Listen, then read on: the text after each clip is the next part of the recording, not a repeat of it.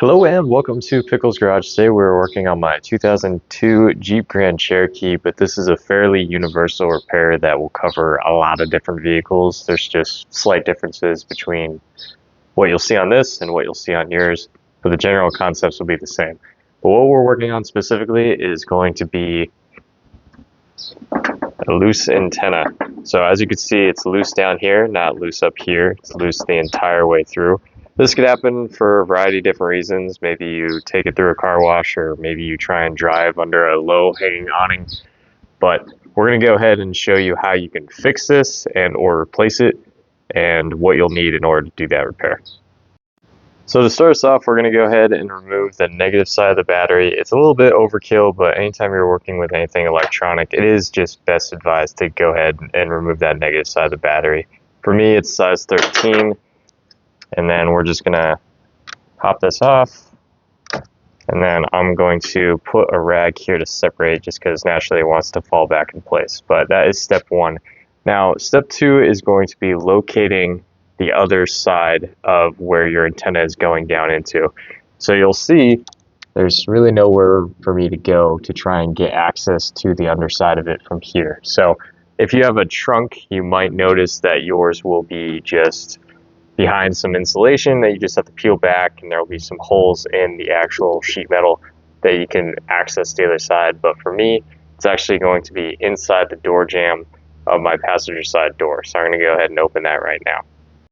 Alright, so panning down here, we just have to move some of this insulation here, this foam, and you're probably not going to get too good of a view of it, but I'll walk you through it. But if I bend this foam out of the way a little bit, you'd start to see up in there is where our antenna is. So I'm touching it right now. But now that we have located the other side of our antenna, I'm going to go ahead and go over some of the specialty tools that you may need for this project.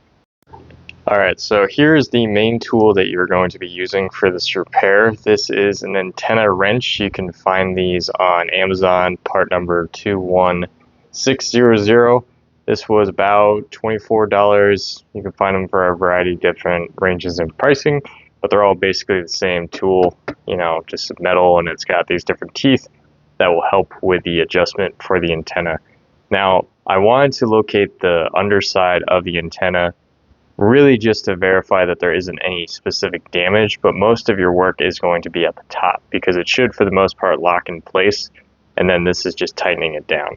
So we're going to go ahead and inspect the inside of the door jamb. I got a flashlight to try and get a better view of it and just see if we can notice any damage, and then we're going to flip back to the top and I'm going to show you how to use this wrench. Alright, so unfortunately the camera is going to make this flash, but you can see that there isn't any noticeable damage. There's also not a whole lot that you can grip onto, so once again, you're not really going to get a whole lot of access to grab this and try and hold it.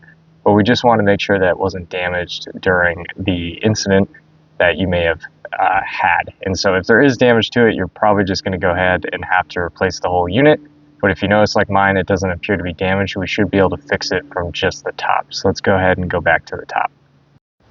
Alright, so there are going to be a few different functions of this tool. You'll notice it has this notch here, as well as this series of circles that have your different grooves. If you remove this protective cap, and I'm going to remove it fully here in a moment, you'll notice you have different grooves on this nut right here. But just for my own convenience, technically you can go all the way from the top down and work on the nut itself. But because I already had the incident, I need to go ahead and remove this just so I don't do it again. So we're going to go ahead and use this notched bit right here. This should be roughly 10 millimeter, and hopefully there's not any sort of corrosion that's holding it in place. But you're just going to use this tool to go ahead and spin it out of place until it's loose, and then we can go ahead and twist this out. So that will make it a little bit more convenient for me to work on this next part. So I'm going to set aside my antenna. I'm going to remove this protective plastic cap, which mine is cracked, you'll see. And so it gave me no resistance. Yours might have to pop off with a screwdriver of sorts. But now we're going to locate which specific hole on the tool works best for ours. And for me, I can already tell it's going to be this middle bit. And we're going to go ahead and start to tighten it. Now you can already tell that there is kind of limited space here. And so I think I just need to lift this up, and I might just need to do that with my second hand. So I'm going to go ahead and grab a tripod right now. All right, so now we are going to go ahead and use our tool. I found I can kind of get a little bit of a turn just from this angle, but I am going to have to maneuver slightly. But all we're doing is we're going to go ahead and make sure that this lower plastic piece is flush and lined up with the middle fender here, and then we are just going to turn the nut to go ahead and tighten it, and it'll start lining itself up as well. But that is sort of the name of the game. So this one is unfortunately a little bit at a weird angle, and so it's having a little trouble getting a good tightening grip here, but just a little dab will do you. Shouldn't have to go too far, but we're making a little bit of progress now that it's straightening back up. And we're just going to continue tightening this until we get to a point where it is once again firm. So just going to keep rotating around, and then that looks to be tight right there. So I'm going to go ahead, maybe do a little bit more, and then we'll go ahead and replace our antenna here. Alright, so now it is nice and firm, not going anywhere. So you might have to put your hand in here and just kind of hold the base a little bit. Like I said, there's not really anything to grip. It's not like you need a wrench or anything to hold it.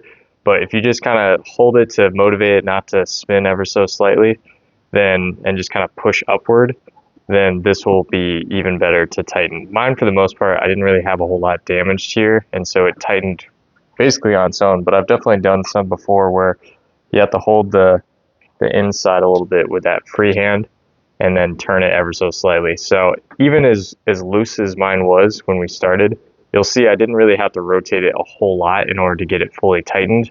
So don't worry about overkilling it. Just check every once in a while. You'll see now that I've shaken it a bunch of times, it's a little looser. So I'm going to go ahead and do like one more quarter turn. But like I said, just have to hold it on the inside and then tighten it, and then you should be good to go. I'm going to leave my antenna off, just like I said, because I need to not break it again. But you can go ahead and put it back on with the tool, and that should be it. So thank you very much for watching. Feel free to like and subscribe, and I'll see you on the next one.